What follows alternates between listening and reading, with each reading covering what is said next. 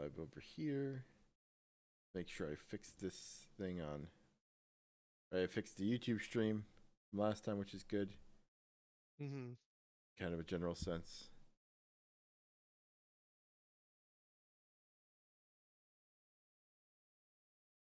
Hello, welcome to some Derps Talk About Games. I'm your co-host, Mango. And I am your co-host, Buddy. This week with color. Both. This week we're going to This talk a week, little. yeah, Yeah.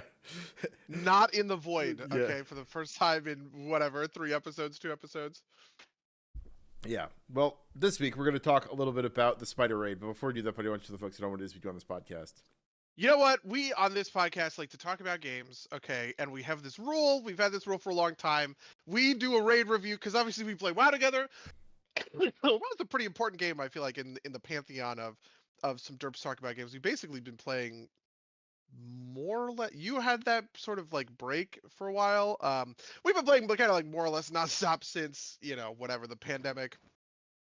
I've been playing. I definitely think since the start of the podcast. I think when we started the podcast, I was playing WoW for sure because that must have been the Legion days, right? Well, So I think we both restarted at like the end of Pandaria.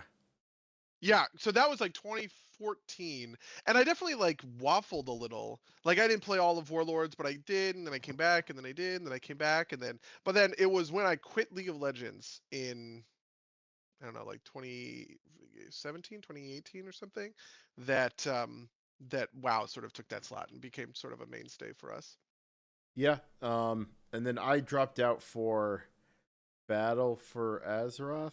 Yeah. Yeah, we played the opening patch of Battle for Azeroth. I sort of played the next 2 patches. I didn't play all that much, and then I really played hard at the end. And I feel like you skipped out until Shadowlands, basically. Yeah, Like, I didn't play any of the basically patches. burned myself out on the um end of Legion. Was Legion before BFA? Mm-hmm. I think I burned myself. Like I played way too much in the run up to BFA. That like I played for like a month in BFA. I was like, I'm done. And Yeah, that 100% has that happened to me in Dragonflight, right? mm. So anyway, listen, here we are. It's the podcast. We're doing a raid review. The raid this time is Nerub'ar Palace. Nerub'ar Palace is the opening raid for War Within. the War Within. Yeah, and it is I guess it's like a 9 boss raid. I actually think it's the smallest raid we've had in a long time.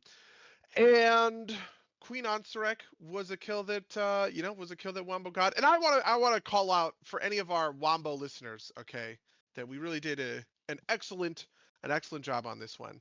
This is probably I think I said this a while ago. This is one of the fairest wins we've ever had where we didn't have a bunch of, ringers come in at the last second to carry us over the finish line, which felt very good. It's an 8 boss raid, just to correct you. Wow. Yeah. 8 bosses. That's so few. Yeah. And it's not like there's like a lot of like interesting stuff in the middle either, right? Like, like End of Dragonflights, like you could go one of 2 ways, and there's the fire way and the nature way, and this raid is just kind of like it's all purple spider shit. At least theming wise, the bosses are very different. I do like some of the bosses in here, but what's your overall take on the raid? This is going to be my hottest take. I think this is the worst raid that we've probably ever reviewed. I think it's worse than every raid I can think of in the last sort of 3 expansions. So obviously we didn't do any of these raid reviews for BFA. Right. But we did do, I think, Castle Nathria, Sanctum of Domination, everything from Shadowlands forward. So I think this raid is actually worse than everything in Shadowlands and everything in Dragonflight. And we'll talk a little bit about sort of like why. I think this is mostly a raid that is drawn down by weak bosses rather than kind of like anything else. But that's my hot take today. I'm not a huge lover of Nerub'ar Palace. All right, so that's fair, but on like an old on like a kind of, I hesitate to say objective, but like, sometimes the worst can be like, an 8 when everything else is a 9. Sometimes the worst can be like, Yeah. I totally get that. There's definitely some neat stuff in Nerub'ar Palace. There's a couple of big swings that I actually think are pretty good. And we'll probably get to that towards sort of the end. I sort of think the end bosses are actually quite good, but like the sort of like front and middle bosses are all not. And those are the places that really bring sort of the raid down in my estimation. But I also think part of this is really on Strike. I think if I'm grading the test of the raid, the final boss carries the most sort of weight, right? Like, every boss is like 10%, and then Onsurek is that final sort of 30, right? Okay. And Onsurek, I think, is okay. And there's some stuff I like that, and some stuff I think works. But she's probably the weakest final boss that we've reviewed in quite a while. Maybe only Sarkareth is weaker than Ansurek in sort of like recent memory. Like Sarkareth, Sylvanas are probably worse bosses, but Yeah, I was gonna say Sylvanas is a pain in the ass. yeah, Sylvanas is the worst. Like we would all probably say Sylvanas is sort of like the worst, I think, end boss in, I don't know. But every other end boss I actually like a lot, and every other raid I like a lot. So for instance, Castle Nathria, who doesn't love, Sire Nathrius? Iconic final boss fight. Even though if it annoyed me at the time, right? That boss fight I have only grown to love more and more as time has gone on. The Sepulcher, I love the Jailer. The Jailer was an awesome, boss fight. Everybody hates the Jailer as a character, and that's fair enough, right? But just on a boss fight level, the bombs dropping into the pillars, not getting mind controlled, there was a real rhythm to that fight that I think was, that was great and a lot of fun. And I also think that raid had two sort of final bosses, because Anduin also felt like that, and that's an incredibly fun feeling, right? The thing that makes Sepulcher feel so good is it had two truly excellent, mega important sort of like boss fights, basically, both in the raid. Vault the Incarnates, Razageth was great. We loved Razageth. Not, the best thing in the world, but, probably top in the top end of these final bosses. Yeah. And then Farak was okay, but I liked a lot of other stuff about Amir Drasil. Amir Drasil is actually sort of the reverse of this situation. Farak actually was a little bit of a letdown in terms of like final boss, just in terms of fighting and mechanics. I kind of felt he was too hard and some stuff. But I loved a lot of the other bosses. I would say the one that was really bad was the second to last boss. That was the boss that was really bad in that raid, but everyone else I thought was good. With the flying boss. Mm-hmm. Well, actually, I really liked that encounter just because it was unique. Oh, okay. I mean, that's fair. So sorry. I did like how obviously I always talk about this. I did like how evocative that boss fight was. So fighting a druid, right? It had a lot of annoyances that like pissed me off, basically. That's fair. So I guess the question I was asking was, you said it's the worst of the ones we've reviewed so far, but how bad is it really? Like, if you had to give it a score out of 10, what would you give it? Oh, that's a good question. I would maybe give it. I don't think there is such thing as a bad. Let me put it that way. There's no such thing as a bad WoW raid in the sense that I like dread going and feel like I'm just like, this sucks so much, and I want to turn the game off just because like the raid is so bad. So I feel like from that perspective, it has to be like above like a 5. Like it has to be like a 6, 7. Maybe it's just a 6. You know what I mean? I never wanted to quit raid because I was so, whatever. But there was a lot of times this raid where I was really bored out of my mind, or a boss annoyed me in a way that just made me go like, fucking Christ. You know what I mean? Like that, those are not good feelings. And there were very few times where I felt awesome, where I felt amazing. Like I was like, oh yeah, I'm the fucking champion. And this is a fun, engaging place for me to sort of, I don't know, do my rotation. Yeah, no, so I think I'm mostly with you. I think I've got a slightly higher opinion of the raid than you do, but okay. After you've laid the case out, I think I'm with you, right? Like I don't think I'd look at any of the other raids we've played and be like, this one's definitely better than that. I've got some thoughts as to what these problems that you're identifying, and I think it comes down to a lot of randomly assigned mechanics that can tank the raid. Yeah. Yep. Right. Like every time we talk about this, for sure. Yeah. Who's like, I'm thinking about who was the one in, I think it was Sanctum, maybe the Rune Keeper or whatever, which is like, to me, like the iconic, Fate, yeah. Oh my God. Fate Scribe. I loved Fate Scribe, but like everybody hates that fight, and that's fair enough, right? Like that's one of those ones where it's just like, I thought that boss was so fucking cool, but also it was you just roll the dice until you get all people who know how to do the mechanic, because otherwise you can't clear the room, right? Yeah. You just keep trying again. And yeah, 100% there was a lot of that in I here. would say like Ovanax in particular felt like that. Like it felt like that boss to me, both like in mechanics and also spiritually, because it was also like really like Fate's Guard was also off to the left on the final 3 boss approach, right? Like so Yep, and it, I know. We'll talk about it. well, The Overdex is the sort of heartbreaker, because one of my other issues with this raid is that I think thematically and sort of on like a storytelling level, it's so kind of weak, mm, right? In the sense that like each individual boss what felt sort of uninspired. That's really what mm, really what it feels like. Uninspired. So, for instance, when I'm going through a Mirdrasil, Gnarl Root, I told that whole story about like like Gnarl Root is this thing, and you'd fight him in like the questing or whatever, and you have, I don't know, there's just something about the sense, the his voice lines, just like all of that stuff. I loved fighting Gnarlroot. I hated fighting like Ulganax or whatever Olgrax the the Devourer. first. Yeah, exactly. Whatever the first guy is. Same thing with Ikira the Cruel. I talked a lot about how I think was my favorite boss in Amir Drassil, right? She had all this build up sort of in the story. We got the Igira's ring in the previous raid, and saw her forge sort of Fyrax axe, I think, in like cutscenes and stuff like that. Laridar obviously sort of at the end of the one side. It's just like there's just like a lot of bosses that were in that build up portion that I loved going and fighting. That I thought were a lot of fun. And um in Nerub'ar Palace, once we started skipping to Ansarek, I really felt it. I was like, oh, thank fucking God. I don't want to do any of these bosses. They are all unfun, basically. Um, and once that clicked for me, I felt like I was like looking at myself. I was like, do I hate this raid? Do I think this raid is bad?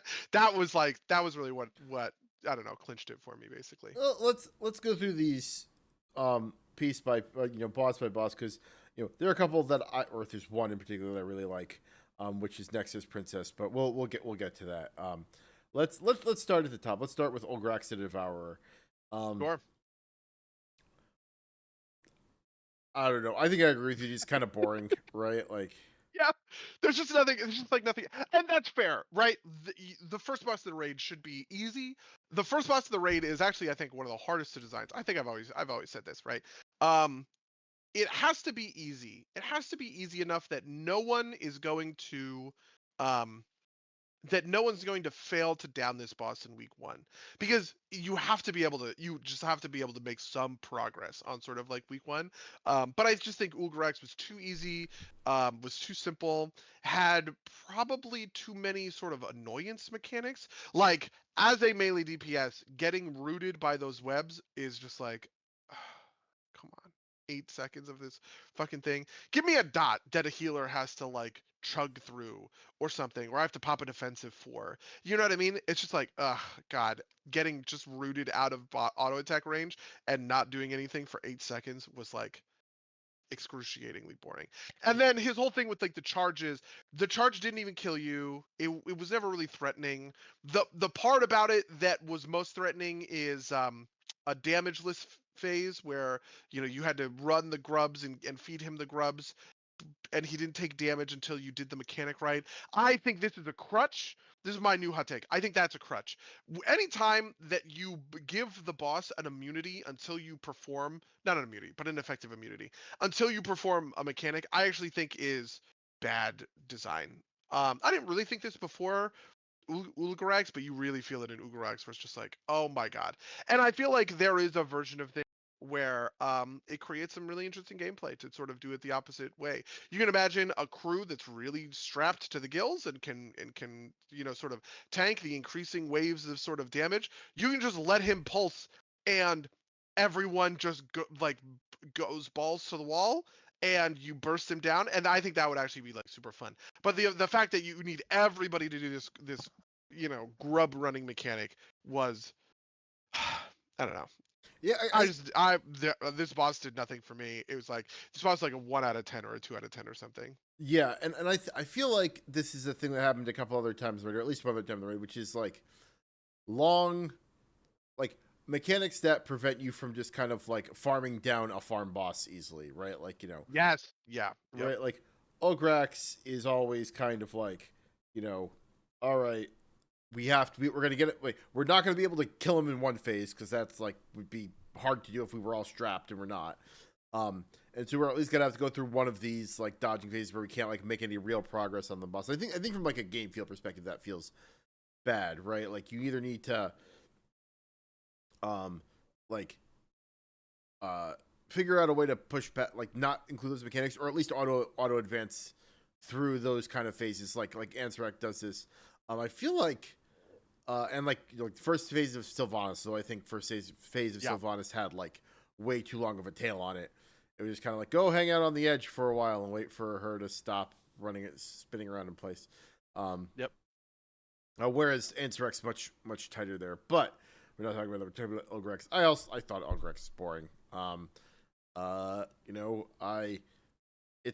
There were like a little room for optimization around the bugs, right, to like boost DPS, but like this is also a thing that like annoys me as someone who likes to perform against himself on the charts. Is like I can get mileage out of being obnoxious about the way I deal with ads that I don't need to kill, and that feels like bad to me because it's like I should be like focusing on the objective, but also I want to like juice my numbers because I want to see the big number on the. It feels like you're off the payload farming kills in Overwatch while the rest of your friends are pushing the payload, and you're just like not doing anything that's really contributing, but it just like feels good to get a big score. You know what I mean? I feel the exact same way. Like I was doing this thing where because my cooldowns lined up in such a way that was like, okay, the grubs are gonna die within half a second anyway, but if I blow all my cooldowns, I will get all the DPS for it.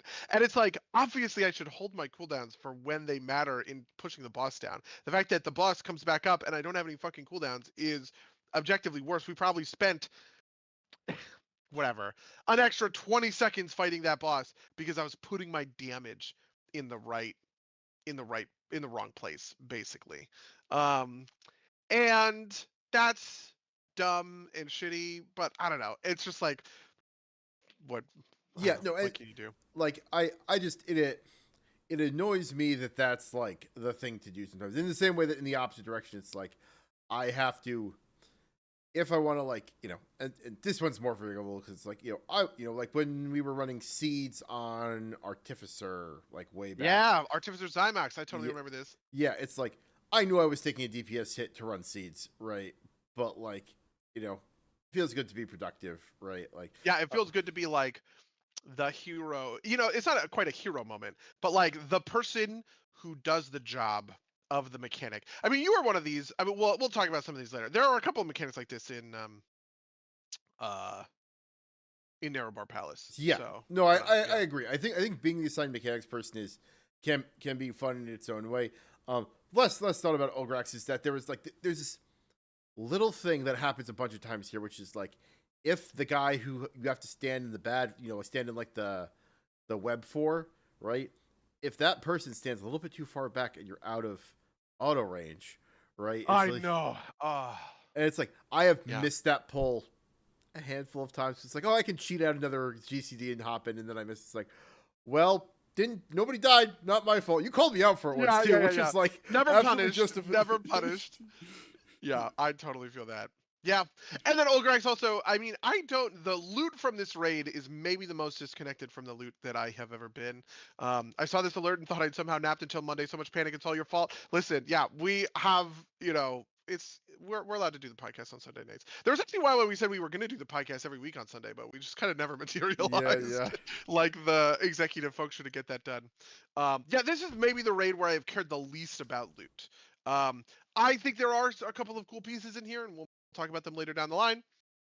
But generally speaking, I feel like every other raid I've ever been on, I have something to say about the loot, but like I really sort of don't for most of for most of Nerub'ar Palace. And I think honestly, a big part of it is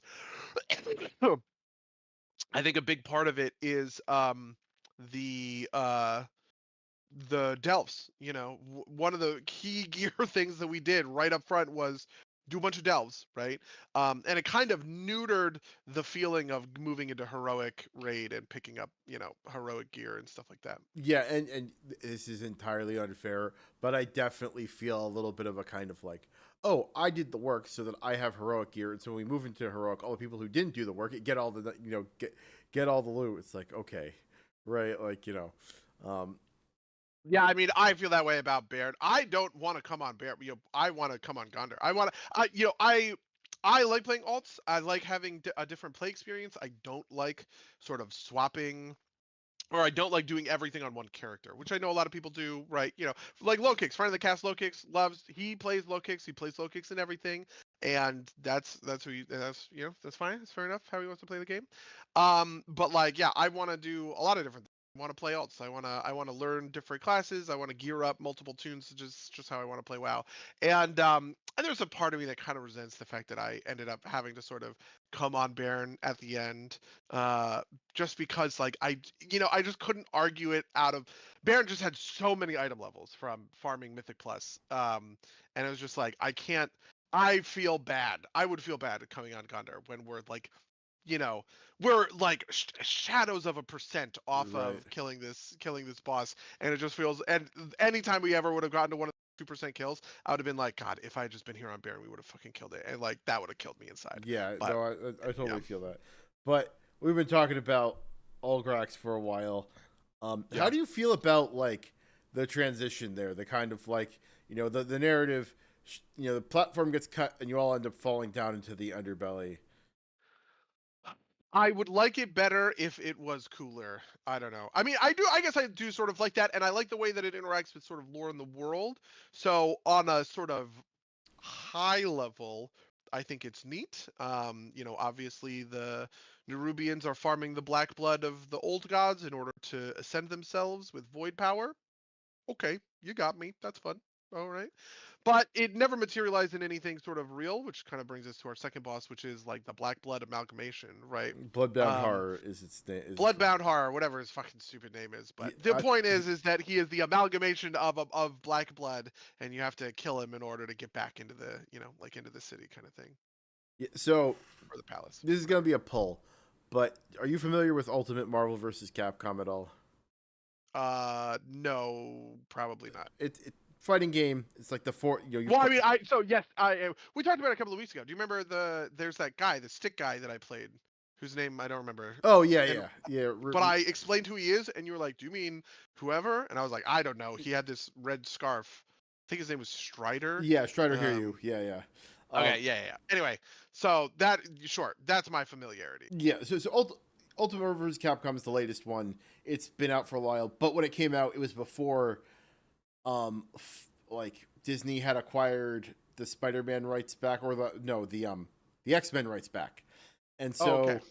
None of the X-Men were in the game, and Wolverine's like a classic MVC character, right? And Yeah, absolutely. and so the poor guy who was like I forget who he was, but he's like, he was like a pro fighting game player that they got to be like kind of like the brand ambassador for the game, was like, well, this character has the same function as Wolverine, so it's all good, right? And it was like, no, right? Like, and the guy's dealt a shit hand and has to deal with like what, but like, the fact that it's like a function doesn't like the personality is important there, and to bring it back around, that's how I kind of feel about Bloodbound Horror. It feels like a purely function boss, right? Like I have no attachment to like any of the aesthetics in this fight. It is kind of like, oh, I gotta kill the blobs. Like I think this style of boss, like the blobby elemental thing, is hard to do in the first place to make it feel good, and this just didn't feel like it was a summation of anything, or it didn't even have like a cool spider. It just felt like I think maybe this is a problem with the whole raid, but I think it's particularly true of Bloodbound Horror. Is I don't feel like I care about any of the characters I'm fighting. Like I don't feel like on Azkahet or whatever, it like did I feel attached to any of these characters that were fighting on the inside, unlike with the previous raids, right? Like, Yeah. Fyrak's been terrorizing us out in the dream for a while before we go fight him inside the inside the raid. And you feel a connection there. Here, it's just kind of like we saw the queen once. We also saw her in the cutscene. I guess that's like it, right? Like, Yeah. I mean, you fight. We'll get to Rakan. Radon. What the fuck is his name? Rashanan. The fourth Rashanan. Yeah, you fight Rashanan obviously in that previous thing, in the dungeon, which is fun enough, right? I do think that stuff is cool, and I'll give sort of a modicum of those sort of props. And then there's some good stuff around Nexus Princess, but every other piece of this I feel like was pretty kind of like like I said, uninspired, Anyway, so for Bloodbound Horror, I actually do quite like some of the mechanics. If I had been a dedicated tank, I think I would actually like this boss a lot. It's a boss fight that is a tank boss fight, right? It is all about, are your tanks doing their job, positioning things correctly? Filling in was pretty funny because I have done that, I guess, once or twice at this point, and I had sort of just not quite grokked it. But I really love the idea of one tank aims the thing, and it's like that stuff is cool, right? But on the DPS side, I felt like the boss was pretty uninteresting and sort of fun to deal with. Partially because it feels like if I felt like I wanted to be like, put me in group 1, my cooldowns line up in such a way that I can burst every ads phase, right? Because they're on 90-second timers. I'm a 90-second class kind of thing. But that always like just feels like a shitty thing to ask a raid leader to do for you. You know what I mean? It makes you feel like sort of like a parse hunter, which everybody sort of resents, I think. Even if it is like demonstrably more effective, right? And it put me in this position of, when I was in group 1, I felt great, and I was top of the charts, and I was able to do sort of like lots of damage and blow stuff up. And when I was in, group 2, I was just like, ugh, this fucking sucks. My cooldowns are all wrong. I am spending all of my cooldowns for Fury were AoE cooldowns, basically. So it's like, all of my cooldown energy is burst, and is AoE burst, and I'm not using the AoE burst where I should, because otherwise I would be sitting on it for 45 seconds, which is stupid and wrong kind of thing. And I don't know, just like that, it's like that's a frustrating sort of like place to be.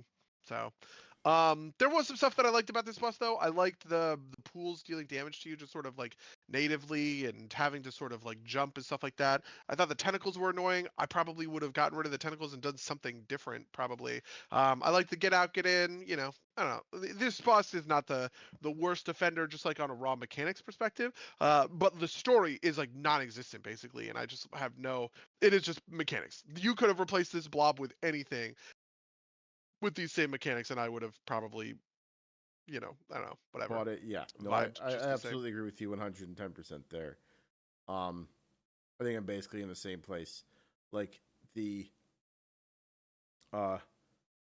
downstairs thing is one of those things where it's just kind of like, oh, sometimes you get screwed by the way stuff is placed. And sometimes there's some fun stuff there, right? Like I had a couple times where like Transcendence transferred over the beam to like get the last hits in, and that felt good. But like, that's like whatever, right? Like, Yeah. Yep. But yeah, do you have anything else you want to say about Bloodbound Horror? No, I mean, yeah, that's basically all of it. The boss was marginally more fun on Warlock than it was on Warrior, I guess I would say. That's really. Yeah, makes sense. All right, next up is Sikren, Captain of the Surakai.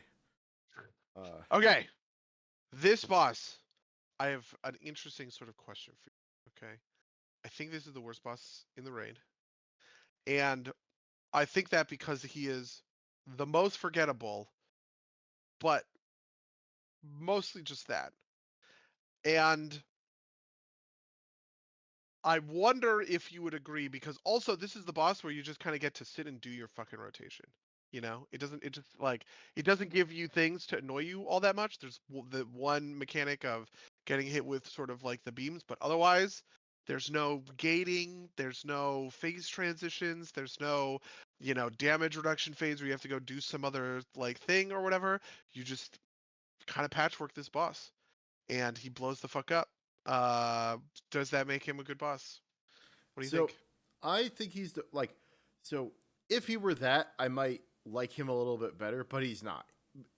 So Because he does make you go out and aim the beams and everything. so it is a milder version of this than like Fate's Cry, but he has the, if you get randomly assigned the mechanic and do it wrong, you fuck the raid, right? Like mechanic Okay, happening, sure. especially with not necessarily with the beams part, but with the dash, the The setup. breaking the guy, yeah. Yeah,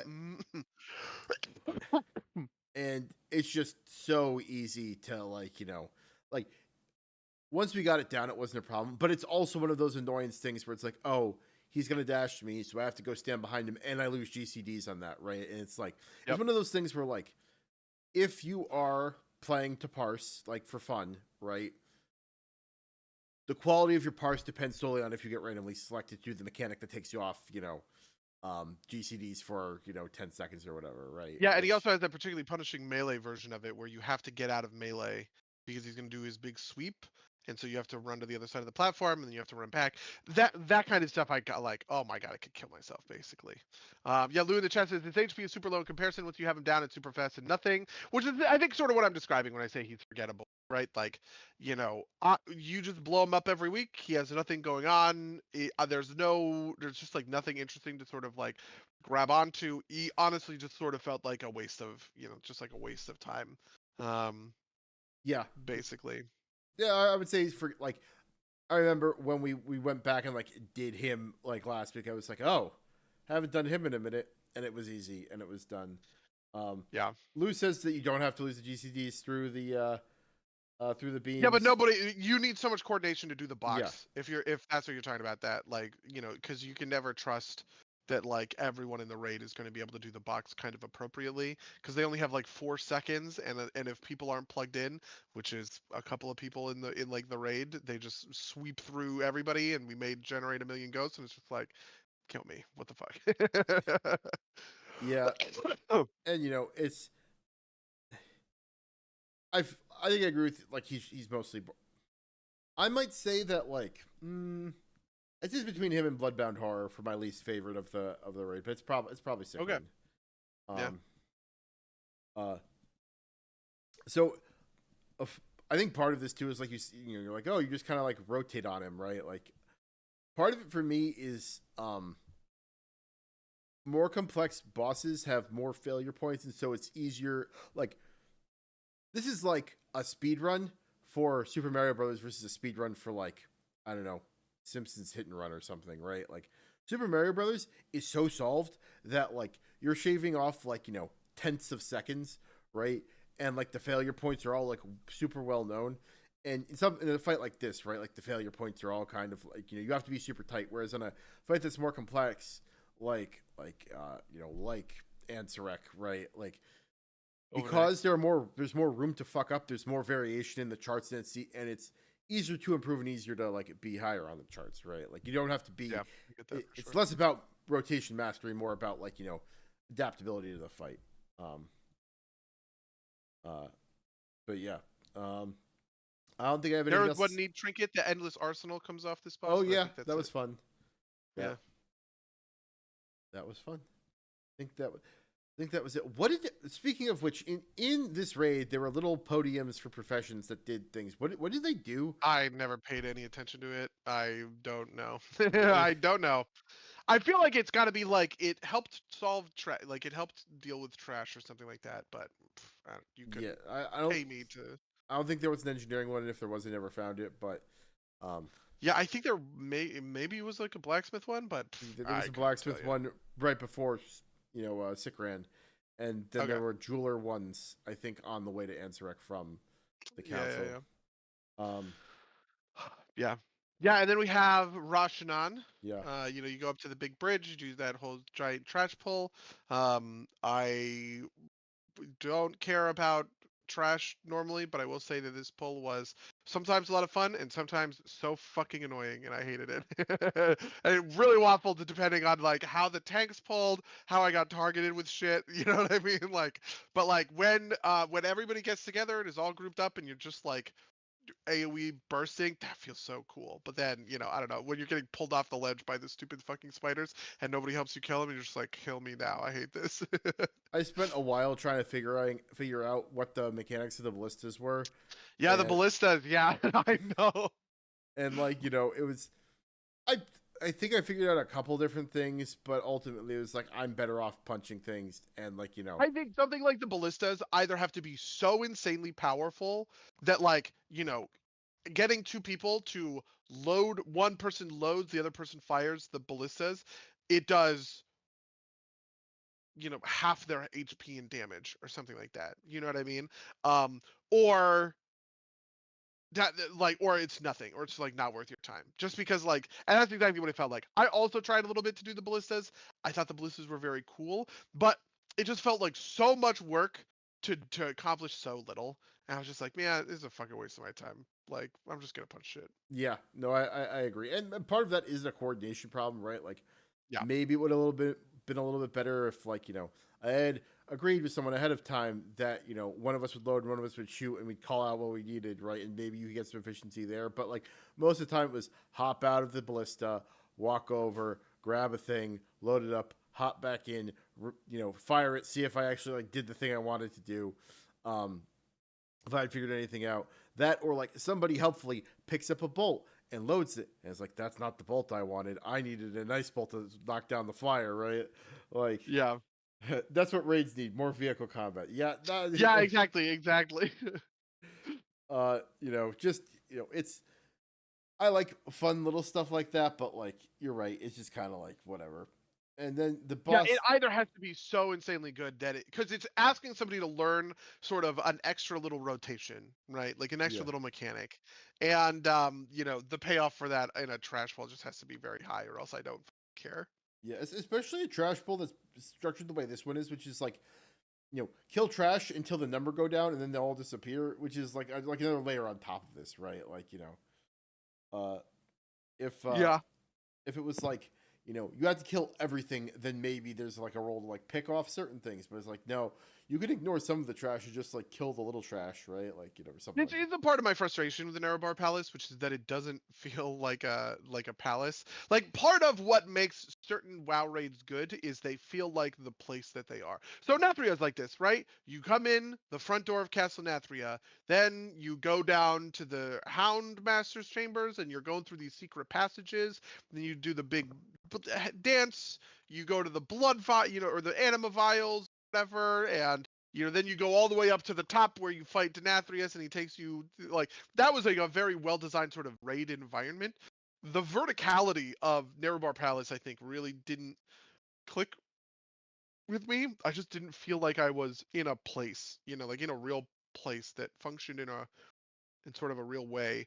And this is part of what drags things sort of down for me. When I enter a Mirdrassil and you're in that big, you know, I don't know, complex or whatever, that feels like a real place sort of in the world. Or actually also, maybe the better version of this is Aberrus. I actually quite liked Aberrus.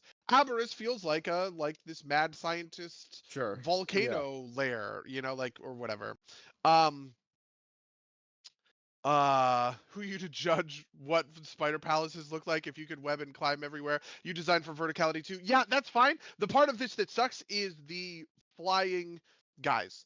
That it destroys my sense of your sense of sort of like place in this thing. For instance, if I had to do a little climbing rock mini game like they have in the side quests in order to climb up a wall or like something like that, I bet everyone would have complained about that shit, but at least you would have delivered on this pillar. Do you know what I mean? Whereas killing enough guys to unlock a flight master to ride a little, you know, narrow bar flapper up to the next level, it's not a, I don't know. It just like didn't it did that didn't click for me sort of at all. Um And then by the time you get into the palace proper, I would say there's too few bosses to take advantage of it, right? Because at that point you just have the Silken Court, Ansurek, and then the Nexus Princess and Overdax. And I feel like maybe if you had 2 or 3 more bosses in there to sort of fill out that space, you could have convinced me. But Yep, I'm with that. Well, let's actually talk about Rashanan. Yeah. Ratchet I also felt was very annoying, but this Yeah, is mostly annoyance of like a lot of movement is sort of unfun, and none of the other mechanics are. All of those other mechanics are sort of C tier busy work mechanics, basically. The only one that's interesting is knowing which direction the poison sort of will go, but even that is just sort of like a little evolution of a C tier mechanic of run this out from the raid, but instead of running out a circle that's going to hit you, you are running out a line. It's like it's just yeah, sort of the same thing. and it's an easy one, but it is another kind of like if it gets randomly assigned to somebody who doesn't know what they're doing, they can potentially wipe the raid. Um, Yeah. and there's also like for a fight with so much mobility, there's so much shit on the ground to like uh, deal with or yell healers adjust that, which I may have done. Whirling dragon punch, not whirling dragon punch. What's serpent kick? Flying serpent kick goes in a straight line, and so I might go over a poison puddle and deal, but Yep. but I would have thought that you would have loved Rashanan because you get an extended execute phase. I do love a good extended execute window. That's fair. I don't know. I'm not playing. I wasn't really playing arms all Yeah, that that's much, fair. to be honest with you. I was mostly playing Fury, so Yeah, Fury is a little less in the execute business. Rashanan was I think the only boss that could consistently get 2 touch of deaths on. So that was fun. Yeah. But And then once we beat Rashna, we're inside the palace. Where do you want to go first? well, first we have to discuss what counts as a foyer and what counts as a hallway. So we know which direction we're going. But seriously, I say we go down to Ovanax, I guess, just because. Why not? Okay. Ovanax I actually love, but also just sort of like hate. Ovanax is maybe the biggest missed opportunity in the raid. I think his mechanics are great and sort of evocative, and I loved the sort of choice level gameplay. The fact that you can strategize around this boss on a in a unique way feels really, really, really good. Really, really, really nice. The problem with Ovanax is again the randomly assigned things, because what you want for a fight like this, and they've done a lot of fights like this that work this way that I think are good. But the problem with Ovanax is you can't have a boss where it is about sort of like raid leader level strategy of what we're pulling, what we're doing next kind of thing, right? And then also have the mechanics of the boss require you to memorize the mechanics to that sort of detail. So the counterpoint here is Broodkeeper. Broodkeeper is a great boss. I think I said Broodkeeper is my favorite boss, actually, right? And the reason that Broodkeeper works and Overnight doesn't is because in Broodkeeper, you assigned egg breakers, right? You had people who could opt into this extra mechanic and do it, and they did it every time, and they had to memorize their pattern, and it was very technical, and it was very complex, and you had to like go really hard on it, right? But that was something that you signed up for, and everybody in the other group didn't need to give a fuck. They could just ignore it. They didn't need to pay attention to it. They just AoE down some ads and move on with their fucking lives. What happened with Ovanax is because the break circles can go on anyone, you create a world where everyone needs to memorize the pattern on the floor. And if you are someone lazy, the you fuck up the whole, you just fuck up the whole thing.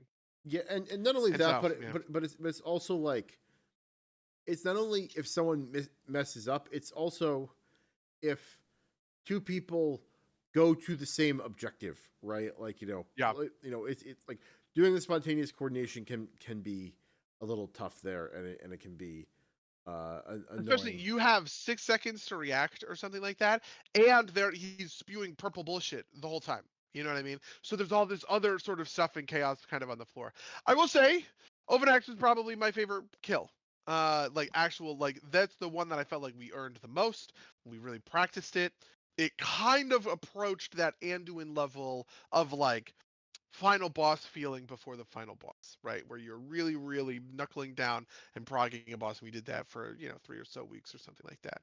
I actually think, and he'll never listen to this podcast, I actually think part of what made Overnax an unfun experience for me personally is Sarian as our raid leader had I would maybe say um a tougher attitude to deal with Overnax because I was sort of jiving with Overnax as like a hard boss that we were progging on, but I could kind of tell that he was sort of frustrated with the idea that we were progging on anybody but Ansarek, and that probably made me resent Overnax a little bit more. But I don't know, that's sort of my thing about Overnax. I think the only thing that I can point to on top of the egg things that made Overnax frustrating is specifically like the maggot injection mechanic. Um, Oh yeah, One, it was annoying. Two, it's not very visually telegraphed, right? yeah. Like it just kind of like stands there and you see the cast bar go, right? And then you don't always realize it's happening. And that's also like one of those things where if you're not paying attention, it can like cause problems because then you have like 37 more maggots to deal with and they start multiplying, right? Yeah, see, that is a mechanic that I would say I'm actually fine with being sort of like random. Like, yeah, I think it's fair to say everybody needs to be plugged in enough not to fuck up the maggots, right? It's the egg breaking that I felt like, you need to, because that is about memorizing these patterns and learning which eggs go with which breaks and making sure you're up with the boss and like, I don't know, all the rest of that. It just kind of feels like tough. Lou says in the chat, I feel like the odd man out, the expectation of having all your raid members with their heads in the game is a good thing, at least to me.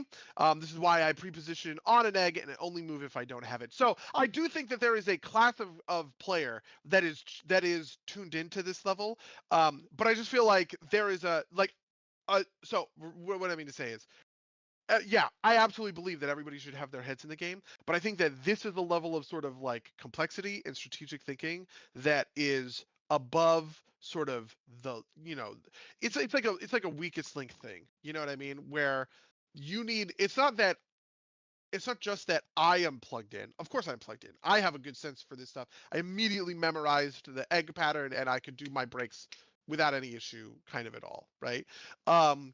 It's that all the way down.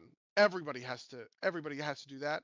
And I think for bosses like this one that are really about that high level strategic kind of like whatever, you just have to have a way in the game to be able to demarcate who are the players who are like good at this, the high end tactical thinking, and who are the players who, probably are going to skip that aspect of the fight. Yeah, I think I agree with you on that. Like, because like the way that Fate Scribe worked because it was a little bit less. No, Fate Scribe was pretty bad. Well, Fate Scribe worked on normal because you could, Yeah, right? You could choose on normal, but you couldn't choose on heroic. The problem with Fate Scribe. yeah. And I did want to point out that the problem with the maggots wasn't the maggots like as a mechanic. I think they are fine in the abstract as a mechanic. I think the problem was one that like I said, that they didn't telegraph their injection very well. Like the animation was just like non-existent. And two, that it was a thing you had to juggle while also juggling like the other ads in a way that like made it hard. Like it was hard to sometimes tell that you were being targeted while you were fighting a different set of ads, and that like and since there were like 7 maggots on the floor, right? Sometimes it was hard to tell which maggot was the one that was coming after you, type of deal. Yep. And I so will say that I loved the Baggets when I was playing Fury because I blew them the fuck up. They were on my cooldown rotation, and as long as the maggot did not target me, dice every single time, I would just run to where the maggot spawned, and if they spawned and I got infested, I was like, well, that sucks. But then I would just absolutely blitz down the other maggot. I think that's actually how we ended up getting our kill, because I was there on Fury Baron at the time, and I loved that. I thought that was super fun. I was really into sort of that aspect of the gameplay. But yeah, I love strategic bosses. I think strategic bosses are really important to the raid. But I just feel like Overnight was a little bit of a whiff. But I will say it's a big step up. Overnight was kind of the first boss I cared about in the raid. None of the other bosses I ever really, connected to. Ovanex, as frustrating as it got, was still a boss that I was really, I was plugged in for, right? Sure, Which was, better than the previous four. I agree.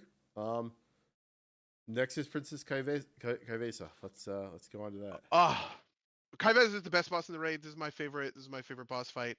Kaiveza has the great sort of pleasure of being a DPS check with a simple, intuitive, hard mechanic, which is really hard to get that kind of trifecta, right? And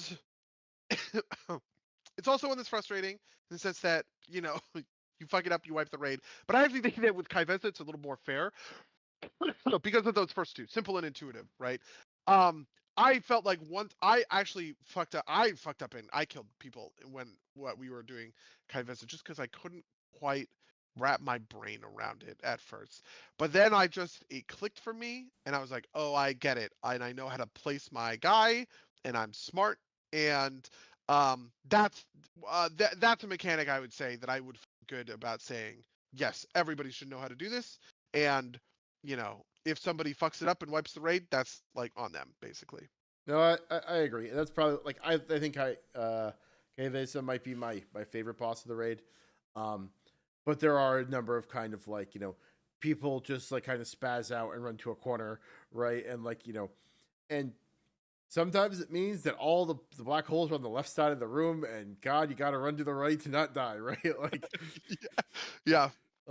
Or like the worst version is somebody runs to the outside and doesn't realize they're bringing their image through the middle of the raid, and like Oh yes, oh that was the worst. I mean, I was always great at this because I only played on Gondor and I only played on Baron. I would feel bad for someone playing, like a paladin or something, or like a priest, right? Where you don't have this instant sort of movement ability. With Baron, the thing once I keyed in on this, I was like, I look at where it's coming from, and then I heroic leap to right in front of it, and so it only goes boop 5 seconds, and it only hits me, and then I walk back, and then my little balls go bullet hell, and then I go in, and I can do the same thing by insta spawning a gateway and taking my own gateway basically on Gondor. And so being able to do that for both my characters was great, and I felt, like I was properly leveraging my class's mechanics to sort of neutralize this boss fight, which is super fun, great feeling, right? I also love the bullet hell. Everybody hates the bullet hell, but they're all wrong. Bullet hells are fun. I love bullet hells. I love bobbing and weaving, getting in sort of like the groove or whatever. I was super on, on that side of things. So yeah, Kaiveza is 100% my favorite boss in this raid. I would say like my biggest sin would be trying to like get GCDs in before the balls went off and then run back out, and like discovering that I burned out all of my movement to try getting in. So yeah. But I died a number of times to like balls that came out of left field as I was coming in from spawning my own balls, right? I just didn't see like, oh, okay. Yep. That's fun. Yeah, I would also say that Kaiveza got so much from just having cool voice acting, Yeah. fun, the sort of theming, right? Kaiveza is the boss that did feel inspired in the raid.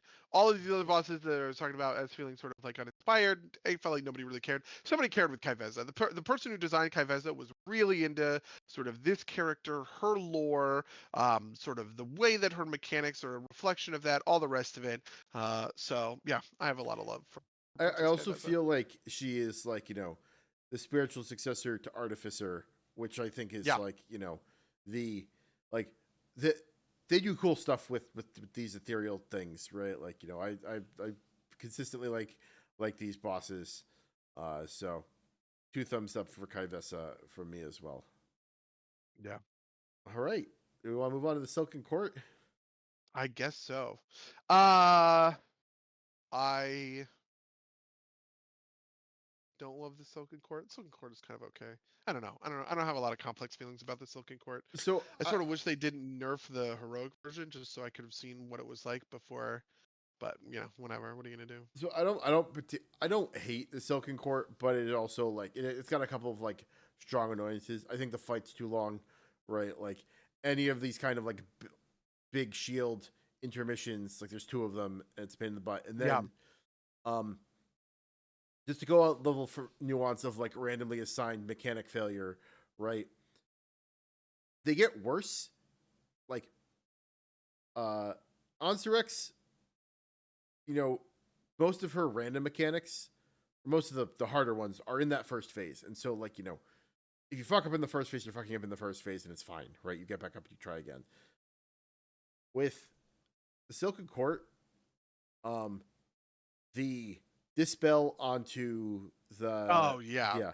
Yeah. right comes like 2/3 into the fight, and it's so easy to fuck up. It's like, well, and it's such a long fight. It's like that's 6 minutes wasted, right? Like, let's try again, right? Like, as we experienced on Thursday, since we were rusty at the fight, right? Like, Yep. it's just like one of those things, and it is one of the. It's also just one of those fights, or it's one of those mechanics where you kind of have to, like, it's a combination of like the random person has to be on it, and also the requirements are just like fuzzy enough that it's kind of a problem, right? It's like stand next to it and get dispelled, but it's like it's a 2-person coordination problem, and it's kind of like, well, they're close, but are they like close enough, or is like somebody else closer that's going to cause the jump to fail type of deal, right? If we fail one, is somebody else going to be able to like dispel the other one, right? Like, because it's like gated by number of dispels you have, that kind of thing.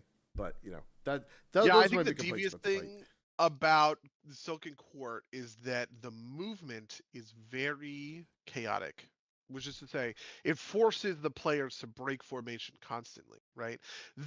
We've done this dispel a million times, right? The 9 in Sanctum of Domination was great, but the reason that the 9 in Sanctum of Domination was great is because you could just set a marker and go run to the marker, right?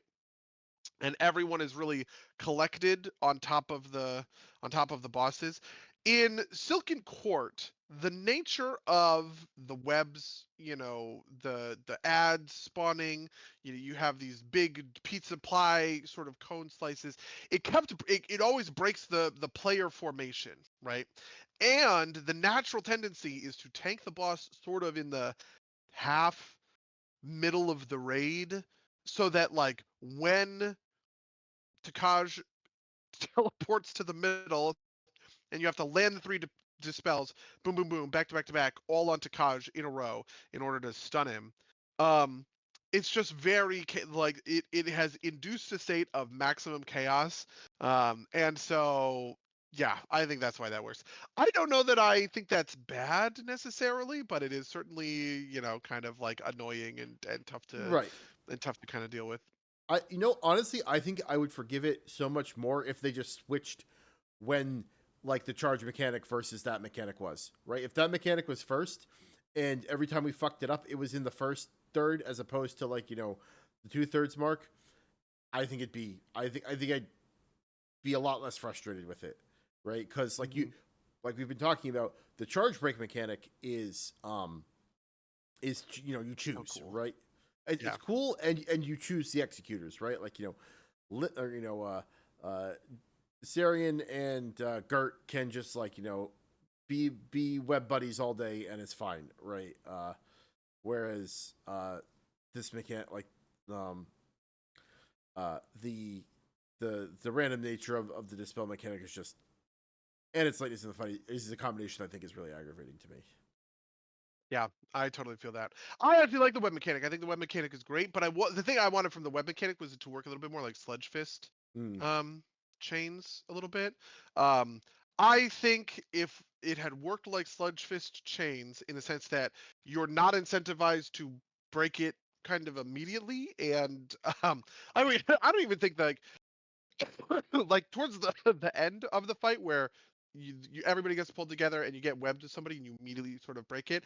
I actually kind of like a version of things where you're just sort of, for 10 or 15 seconds, you kind of have to move around with your buddy, and then a couple of pairings need to split apart and do the thing. And you get your pairing by standing on top of each other. That's a core piece of this, right? Which is that you can choose who you are paired with, basically. So the hard part about Sledge Fist is you never got to choose.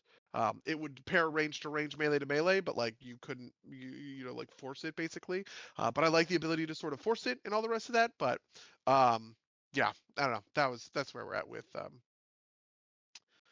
I don't know. That's where we're at with Silken Court. Mostly the thing I liked about Silken Court is a noob. What is it? A Nerub'ar Khan or something? I liked his stuff. I hated Takaj's stuff. I think the Under Kings are a really iconic sort of World of Warcraft enemy, and in terms of being evocative and all the rest of this. Um, uh, and the sort of Vizier guys, I just didn't have as much of a sort of handle on, and so I don't know. Like for instance, I liked the spikes more than the web blast cones. You know, so yeah, even though the spikes were harder and Yeah. bugged and all the rest of it. I actually don't think the spikes were bugged, to be honest with you. I just think that people are bad, but Yeah. that's my No, my other hot take for this is it's a skill issue. Everyone in fucking Wombo. yeah, doesn't surprise me. I believe that too. I don't think I ever got spiked when I wasn't, at least playing fast and loose with it. Right? Like trying to like cheat an extra GCD instead of rolling away or something. But yeah. Yeah, Lou says, my thing about the webs would work if the savage damage wasn't there. Those webs hurt. Absolutely. Yeah, I would theoretically the sort of like the damage component, but Lou also says they were that's bugged my for a week, which I could believe. Right? Like there was a week where it was a problem. yeah, that's fair enough. It's just that every week after that, everybody was like, "Make sure you ruin." But I'm like, I don't think they're bugged, you guys. But we can keep saying it to let people off the hook when they get spiked. Yeah, spiking people was fun for me because I would go over and I would touch of death to spike, and get my three free chi. But yeah. Okay, and then that brings us to the end of the raid. So on Surek, right? I described Ansurek as not great, sort of final boss territory, kind of bottom half, I guess is what I would say in terms of boss fights. Maybe Sarkareth and Sylvanas are below Ansurek, but that's kind of it. I think I like every other boss in recent memory more sort of than Ansurek. But there's a couple of things that are good about Ansurek, and we can start with the positive stuff. So number one, all of the hard stuff was in phase one, felt great. But boss fights that have this cadence of the really tough stuff is in phase one create a real great sort of I don't know, sort of like ludic story, maybe I want to say, just like this, like like the story of the gameplay, not the story of the actual raid, but like, because what happens is you keep wiping, and phases 2 and 3 are kind of this mystery. You don't really see them. You don't know really what's in there, but then you break that barrier, and you get past phase one, and it's like, oh my god, what do we do? Mechanics, and like that, like kind of ramp feeling, it feels like a bridge into a key change in a pop song. You know what I mean? Like, oh, it's about to get, Yeah. it's getting real is what that sort of feels like. And especially because it leaves those later phases to be, which are secretly easy but seem really hard. It leaves those later phases to get that real sort of like anime ramp up, which is, you know, hats off. I love that. I talked about this on Razageth, how Razageth, it feels like the end of that fight is go, go, go. She's going to kill the whole raid. But actually, the end of the fight is the easiest. You know what I mean? Like, once you get to that end thing, like within 2 or 3 pulls, you have killed sort of Razageth. All of the hard stuff about Razageth is elsewhere in that fight. And Ansurek copies that quite well. So, there's that. The other thing I would say about Ansurek is she has this sort of like villain speech. I love that. Her villain speech was great. She is just a piece of shit. Totally, completely unhinged. Decides that she's going to call the entire Nerubian population because they're all tainted or whatever because she's going fucking crazy. Love that stuff. That's the good stuff about On Strike, I guess, for me. Yeah. No, I think I agree with you mostly there. I think there's a thing about having the madness be measured but harder in the beginning is better. Like the last phase feels hectic. It feels more hectic than the first phase, but I agree with you that it's less difficult. And I think it's just kind of a matter of like the way things end up working out, right? Like there things are a little bit looser, and so you have to be able to adapt to things, and that feels more hectic without actually like it makes it feel like it's more difficult without actually being more difficult, if that makes sense. Um, and I like it quite a bit actually. I do think that this is kind of like iteration 2 of the Sylvanas fight, if that makes I was sense. thinking the same thing. Yeah. Because you've got like your beginning hard piece, and then the second piece is like just a journey. It's much less frustrating than the second piece of Sylvanas. It's much less easy to like accidentally fucking fall off the edge in this one, although not impossible, as we've discovered several times. And then you do the final fight in the circular arena, and this one isn't as mad, as mechanically precise as Sylvanas needs to be. So I think as iteration 2 of Sylvanas, I think this is a big win. And I think the big pressure you're in at the end is to do stuff in time, right? Like, and to have like do it with enough, have enough people up to like accomplish the objectives and like kill the ads, that kind of thing. And I think that's ultimately fine. I like this fight quite a bit. I don't know, nothing really to super complain about here. I don't think, other than like, I don't know, they're like little things. It's mostly more annoyance with just kind of like getting people to do stuff right, but that's basically it. It's a high conversion fight. Don't love the pulls. Pulls are maybe the most frustrating mechanic that it feels sort of fair. Like, I actually don't think the pulls are bad. Sort of stepping outside of myself, right, and sort of looking at them on sort of paper dispassionately, but in the moment, I fucking hate getting pulled. I don't know why. It just like is a huge negative feeling. And anytime I got pulled off of, like I got pulled off of the edge or something, or like for instance, I got pulled on the final boss the other night. I got pulled into the guy's beam, so I was actually sort of oriented perfectly, but when I ended, I was in the beam, and the beam then shot me off the edge because the beam pushes you back a little. And I was just like, man, I fucking hate this. I was furious. You know what I mean? And I don't know sort of why that's the case, but there were just a lot of times where I just like felt like the pull was fucking bullshit, even though I don't actually think it was bad, or I wouldn't really criticize sort of the design. It's just like a huge sort of feels bad kind of impetus. I think partially because it just feels sort of like an unfair way to die. Like, so for instance, if I die because I'm standing in a fucking swirly and the swirly does a gazillion damage, that feels fairer to me because it's not like a one-shot mechanic or anything like that.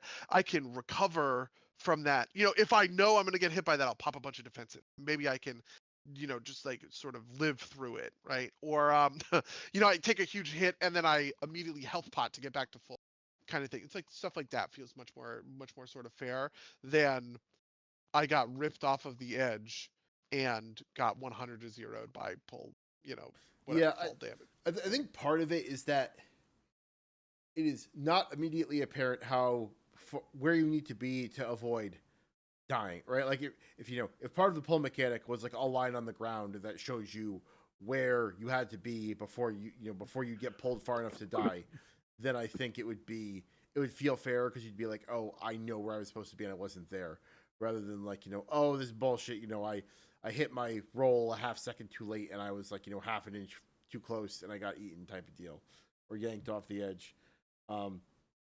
Yeah, and it's not like the middle was a puddle that would deal, whatever, 40% of your max health every half second that you're in there or something like that. Like, you can imagine a version of things where pull pulls you in, and if you are really close, you're fucked. You're in the middle of the circle, you'll never get out in time. But if you're right on the edge, you come in, you get chunked, but you can just step out because you were like close enough. Like, that would probably feel better and more fair, but none of the pull mechanics work this way. They were all one shot, right? Which, it is what it is. The other thing I didn't like about Onsurek felt very DPS sort of checky. There were early pulls on Onsurek from us that I just was like, there's zero chance we were ever doing this boss, because if she goes up with 50% HP, you know, we're done. We'll never, we'll just never make that up. It takes forever to sort of chew through it on kind of the back end, basically. Um, but it is what it is. Yeah. Lou in the chat says that she likes the story of the pole. She fucking eats you. That's that's something. Although she also A says giant that spider eats you, yeah. on behalf of all the channel casters in the world, fuck pole mechanics. So that's fair. But True. Lou also made a comment about the she called it nipple touching, which I assume is the boil popping to hop over the explosion thing. Yeah, like I am okay with it because it's like it's a you know the people, it's a assigned person mechanic, and those people have to be paying attention. And of course, occasionally people fuck up, that happens. But and it was like like we've been talking about, it's early in the fight, right? Like if I miss my pop, then we just restart there. And obviously, I feel terrible because I missed my pop, but it's dealable with, right? Um, although I did nearly flip my shit the first time we bottomed out Ansarek, and she jumped away like while I was in the middle of like walking over to pop the blister. But it was. I think I would have liked the nipple popping mechanic if it didn't include the actual pop part. Like, for instance, you can imagine a version of things where, you know, maybe it's themed around antidote or something. Like, if you dose yourself with this poison, you can't get poisoned by the ring. And the person who pops the nipple bathes everybody in the poison, and they all have 90% poison DR for 4 seconds, and the ring passes through them and it doesn't do any damage or something like that, right? Because a lot of the thing that I didn't like about the popping mechanic was all about sort of the positioning of go popping over the sort of circle. Do you know what I mean? And I think everybody would agree with that. It would mean your casts aren't interrupted. You're not out of auto attack range. Your rotation isn't interrupted. All the rest of it. Part of this is particular to me because one of the pops was on top of my cooldowns, which I felt was so weird and frustrating, and I kind of hated it. And I just sort of wish, but I do in general. This is the new mechanic. It feels like every boss, or I'm sorry, every raid, they introduce a new mechanic that nobody's ever seen before on the final boss, and then it just kind of gets like integrated into their toolbox. And yeah, nipple popping is like an okay toolbox mechanic to be a part of. I'm fine with that. The only thing I will say that I think is bad about nipple popping is, which is a wild way to refer to it, by the way, but is I know. Fucking somebody who doesn't understand WoW, like Jimmy or Shao or something. What the fuck are they talking about? um is uh is that like in order to like really like nail the timing, it feels like you need to have the weak aura that counts it down for you, and I feel like that's like Oh yeah. like I think raids should not have to have weak auras in order to do reliably, and I feel like it's kind of necessary here to like really lock it down. And maybe I'm being too mean about it, but that's just my thought. Yeah. Yeah. I don't know. I hope that when they integrate this in the future, sort of like the way that they integrated blaze lines in Kaiveza, right? That it has different. I don't know. It just Yeah, is a little bit more straightforward, I guess, to work with. yeah. All right. Well, but that's the raid. We said maybe the worst one we've reviewed so far, but like That's the that's raid. the Yeah. it's not So, terrible. like I said, it is not a terrible raid, 6 out of 10, but it is the worst raid that we have reviewed so far, and all of the damage gets dealt in those first 4 bosses. Those bosses are so bad and so unfun and so uninspired, I think, that it really sort of drags the whole experience down. You can imagine a thing that's a little bit reversed, where there's a couple of good bosses in the beginning that are fun to deal with or have something unique going on, sort of in the way that like I don't know what's a good example of this. It's like a good boss that's fun in the early stages of a raid recently. You know what I mean? I'm trying to think.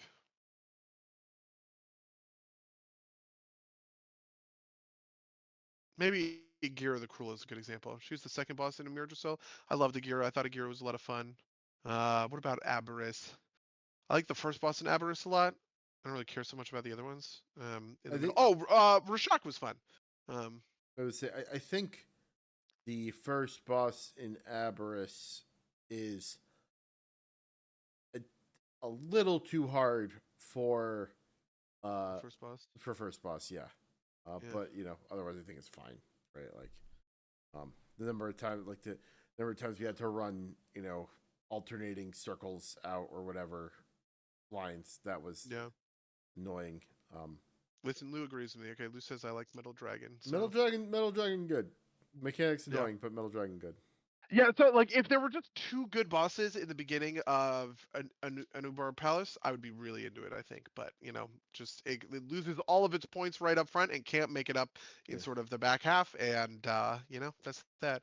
But listen, I'm really looking forward to a new Kaiveza fight when we get to 11.2 and we're on the ethereal homeworld or whatever we're fucking doing. So there's that.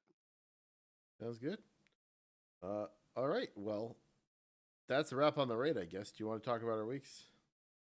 Yeah. What have you been up to? What's on your plate? So I have been dabbling in PoE 2. I have been spending too much time probably just grinding out mats in WoW for the mount. Like, we were talking about this in raid, but like I got my 1500 chitin. I am like 500 into my poison, and I'm killing like the same like 7 spiders in Isle of Dorn to try and get like the crystal sparks or whatever, or sparking shards. I have killed easily over 1,000 of these spiders in a row, and I've gotten 1 spark. So that's gonna be annoying. I might actually get on Beauregard and do like Cinder's farm to try and get that at some point, because then I can at least work on my leatherworking as well at the same time. But I don't know. Otherwise, like, my WoW is down to raid. Sometimes, like I said, playing a little bit while I grind out this stuff, while I listen to a podcast, and then like every Saturday I do the derby, which I actually enjoy, the fishing derby. Like that's my favorite thing to do in WoW at the moment. I've almost got enough marks to get the diving suit. I think I'm at like 300 or so. So hopefully that'll be in the next like 3 or 4 weeks. I'll get. So you're done with Plunderstorm. We talked about this last time. Just a couple of days it took for Plunderstorm. Are you done with Siren Isle? Siren No, Isle? so I don't grind Siren Isle, but I do go and do the weeklies for Mog. Like I'm done with the Siren Isle for Siren Isle power, but I'm there's like several thousand fire iron worth of cosmetics to get, so that's my big thing. And then I've also been putting a little bit more time into Disco Elysium, which has been fun. Games wise, that's basically I occasionally jump into Balatro. I've just been kind of like distracted a little bit recently, so I haven't gone hard into anything. I might do Disco Elysium next, because I had a good play session this afternoon. What else? I've been watching JoJo. JoJo Part 3 is very stupid. Like like I might be one of these weirdos that thinks that actually Part 2 was the best so far.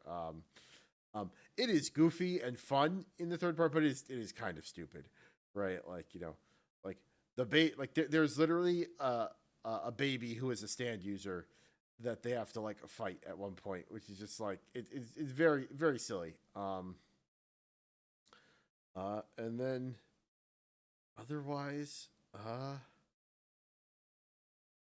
a ton of other stuff. My fiance is watching 4 Weddings in her spare time when I'm not around. Have you heard of this show? No. Is it a reality show? Basically, yeah. So it is 4 brides, and they all go to most episodes they don't know each other, and they all go to each other's weddings, and they like rate each other out of they rate each other out of 10 on total experience, and then rank them 1 through 4 on different aspects, and the winner gets like a honeymoon to some it's always a mystery location, but in the B-roll for the place they always have like Radisson, Aruba, so you know what the place is, right? But it's a show, right? Like, it is relatively dumb, but it's fun to watch every once in a while. Like I wouldn't sit down and watch it myself, but if my fiance's watching it while I come upstairs, I might sit down and like watch a segment or like watch out the end of the show and not make her change the channel, that kind of thing. Okay. Yeah, well, my week has mostly been marked by the return of Civ 6, of Civilization, okay? I'm just on the train.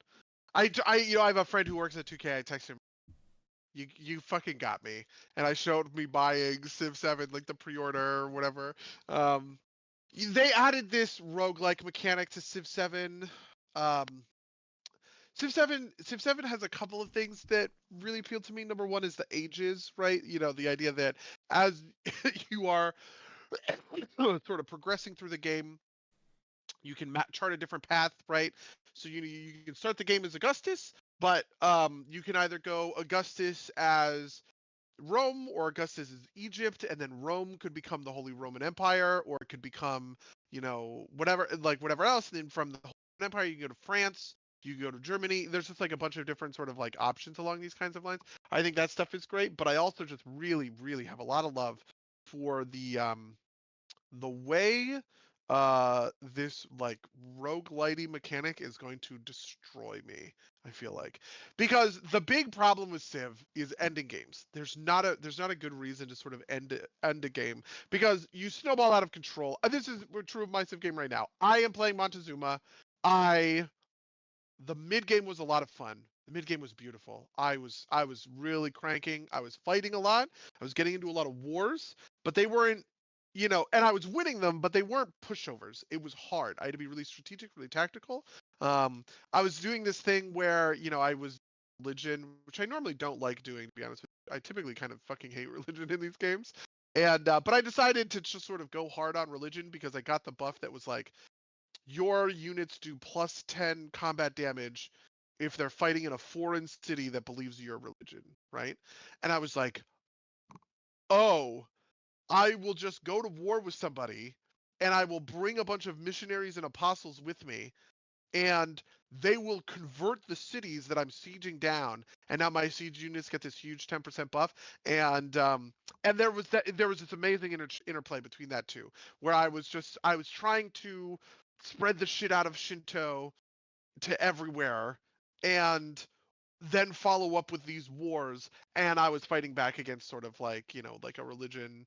I was fighting back against Islam and Judaism, and don't clip that part of the podcast, anybody, okay? I was fighting back against Islam and Judaism, and sort of the back and forth of being at peace with someone, but aggressively trying to convert their pops to be my religion, and then going to war with them while they are my religion, as I'm aggressively trying to sort of progress and fight and conquer before their apostles take back any sort of territory. It was just like a really great sort of like push and pull sort of fun kind of thing. And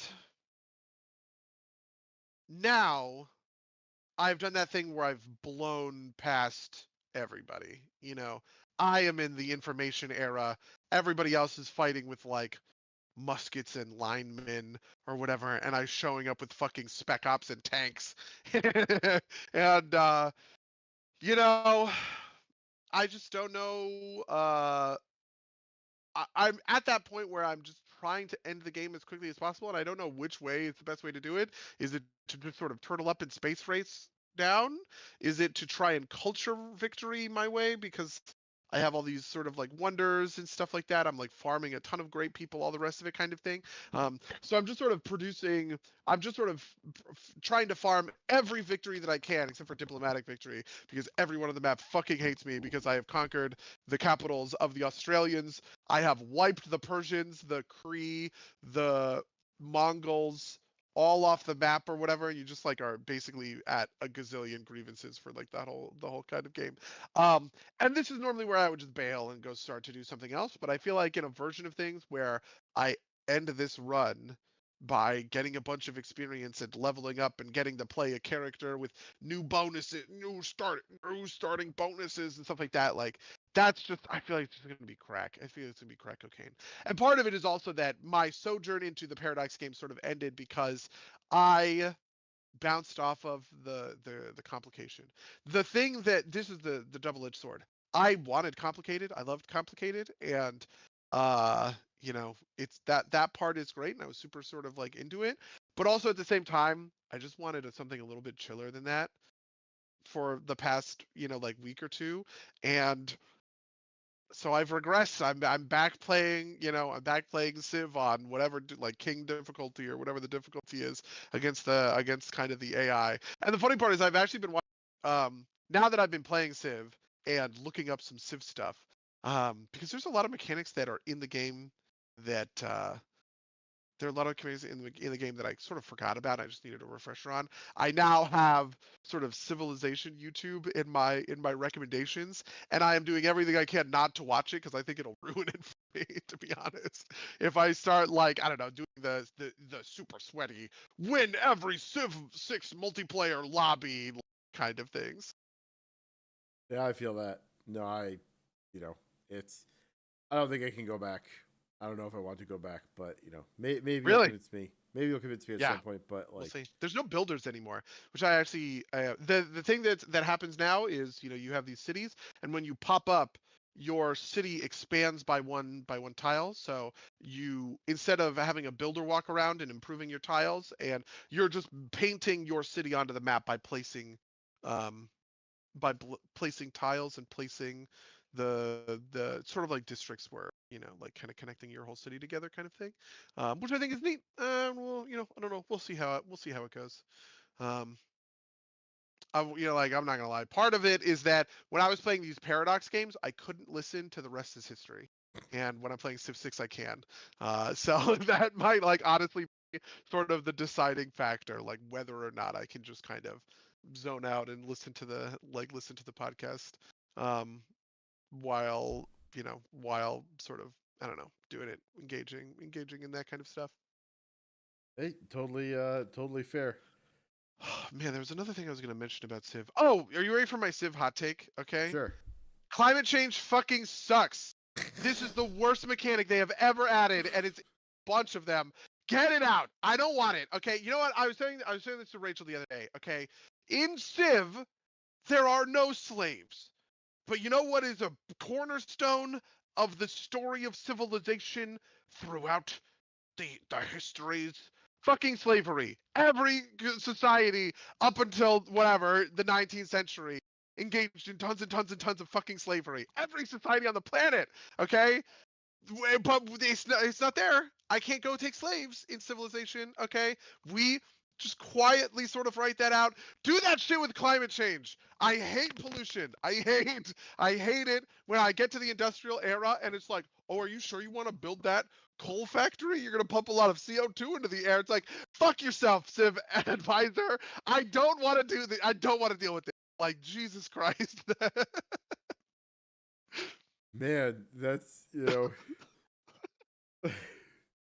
Get rid of that woke shit. No, I'm here for the woke shit. That's the thing. I'm here for the woke shit. I love the diverse leaders and the body. You know, like there's all this stuff about this, right? Like people are so mad about Harriet Tubman as a leader. That's awesome. That's good. I want to Harriet keep that going Tubman should be able to own slaves. Is what I'm hearing. yes. Yeah. I want to write out. Civilization is about sort of the celebration of the progress of mankind. Okay, and if we can write out the sort of evils of slavery and like fucking Native American genocide, there's no smallpox in civilization either. Do you know what I mean? I feel like we could also write out fucking climate change and I can just feel good about building my big ass factories, okay? Because I like this is the thing. This is the part about civilization I love the most when you hit the industrial era and you just like crank the fuck out of your production because you just build factories everywhere and they all just control an insane amount of production and all of a sudden you can just like absolutely fart out fucking, you know, whatever, tanks and shit like that. But my God, just the advisor every time and being like, you know, you're mining an awful lot of coal in order to feed these factories. Just kill me. I hate it. It sucks. It's no fun. Okay. Like That's it. That's what you got to do. You got to run rant. up your, in the industrial age and burn a ton of coal, and then use the UN to force everybody else to never make coal factories. Honestly, I'm getting destroyed by the UN. The UN is fucking owning me because they have a thing that says, like diplomatic favor, sort of is like political power, basically. You get huge you get huge malices to diplomatic favor by owning enemy capitals, right? It's like going for a domination victory, basically. And so I'm just sitting at 0 diplomatic favor, and the UN just keeps calling special sessions to be like, oh, Montezuma, your workers don't work anymore. Sorry. It's like, oh, everybody, just in case everybody knows, it's 100% harder for Montezuma to make. And I'm like, go fuck yourselves. Whatever, I don't care. I'm just going to make my crazy infantry armies anyway because they're so much better than all stupid dumb bullshit. I'm going to kick your ass. But it's just, it's crazy how much the UN is fucking me on this run compared to, previous runs. Can you withdraw from the UN? Can you just be like, fuck you, I don't care? No, you can't. I wish you could. I actually think it's like an important part of balance. And part of this is that I took 2 capitals really quickly. So I think it's less of a problem. I think the reason it wasn't as big of a problem in my earlier Civ 6 games is if I'm ever going for like a really hardcore conquer everything kind of domination victory, it always happens very late in the game, where I kind of expand and I'll fight wars. All of my wars have been very sort of defensive. In general, this is where I've been fighting a lot of wars of conquest, basically, where I'm just like, you know what, go fuck yourself. But really, what happens is people denounce me, and I'm like, oh yeah, you son of a bitch, formal declaration of war. Let's fight it out, okay? But anyway, I took 2 capitals I took 1 capital in the classic era, 1 capital in the medieval era, I think, just like really back to back kind of thing. And taking 2 capitals super, super early like that, I think it's just, however, 200 turns of having -8 or something to my diplomatic favor it just represents a lot. Because normally when I feel like I was playing Civ 6, I was able to just bully the UN and make it do whatever I want, and I was gaining tons and tons and tons of diplomatic favor and all the rest. So did you eliminate the civilizations that you took the capitals of, or no? Yeah. Well, no. The first one, not until much more recently. Okay. I eventually got into a series of genocidal wars because I just was annoyed.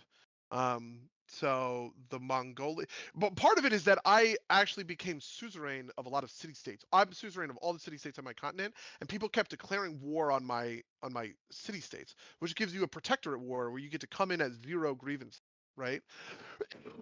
Because again, it was, you're fighting to free a city-state, basically.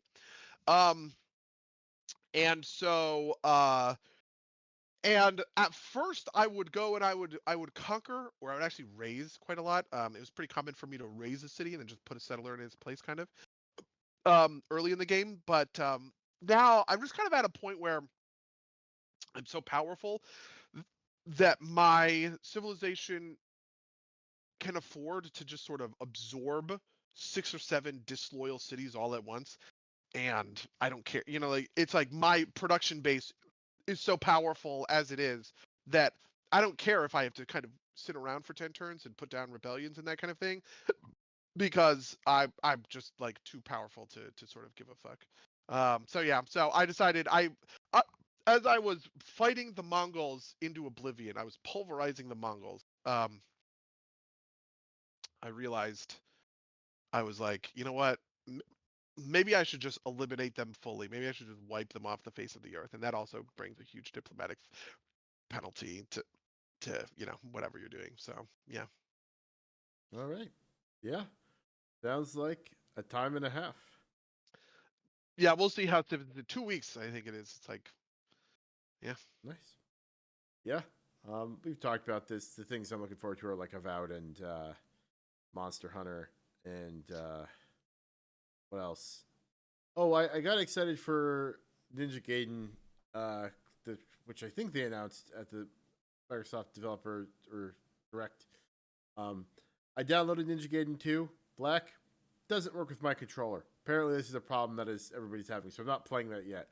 What was the other one? The there were a couple other, or there was another game that they showed off there. It's like the turn-based French one that looked interesting to me, and I was a little bit mixed on the. I want to call it Song of the South, but that is not the right name for it. It is.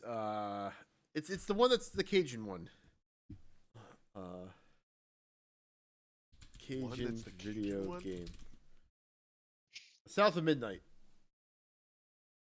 South of Midnight. That it looks interesting, but I'm not sure how into it I will be. So they're all coming to Game Pass, and I pay for Game Pass, so I will maybe give it a check a look, as the Devolver people say. You know, the one that I want to play is I've been thinking about this one is Dune. Oh, the survival MMO. The other one, the Dune RTS, where you can play as the Harkonnens, you can play as the Fremen, the Atreides, or I think the Emperor. I think you can play the Sardaukar or something like that, or maybe the Bene Gesserit or something like that. I don't know. I when I was in my, like, you know what, I'm not really into Hearts of Iron, I want to figure something else out phase, I like looked at that game again, and I also watched Dune 2 again because after the Derpies I was just thinking about it. Yeah, I don't know. I want to play that game. Yeah, I'm actually looking forward to the MMO. Yeah, or Dune Awakening is what it's called. Yeah, everybody really. I actually think that thing is going to be huge. To be honest with you, it's funny because everybody thinks GTA 6 is going to be huge, and you know, whatever.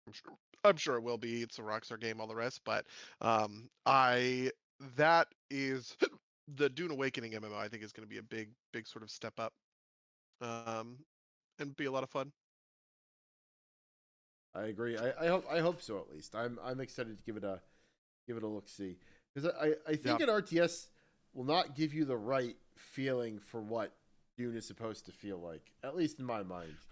Oh, really? You don't think like the politics and moving stuff around and base building and mining spice and sandworms? I don't think you're going to get the politics in the way you're supposed, because like the politics is very kind of like individual navigation rather than, and like the armies don't kind of exist in the way that like you would the at least what I've seen of it, the armies don't like the Fremen and the Empire and House Atreides, I assume, and House Harkonnen, right? Like they are not armies in like the same, like they're all very different, and maybe they can capture that, but like it's less about like the military conflict at a lot of levels, at least in the Frank Herbert books.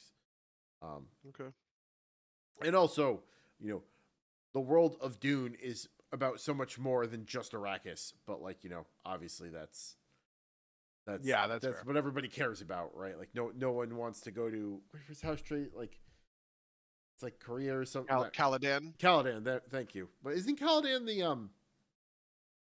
isn't that the Warhammer 40K one? No, that's Cadia. There we go.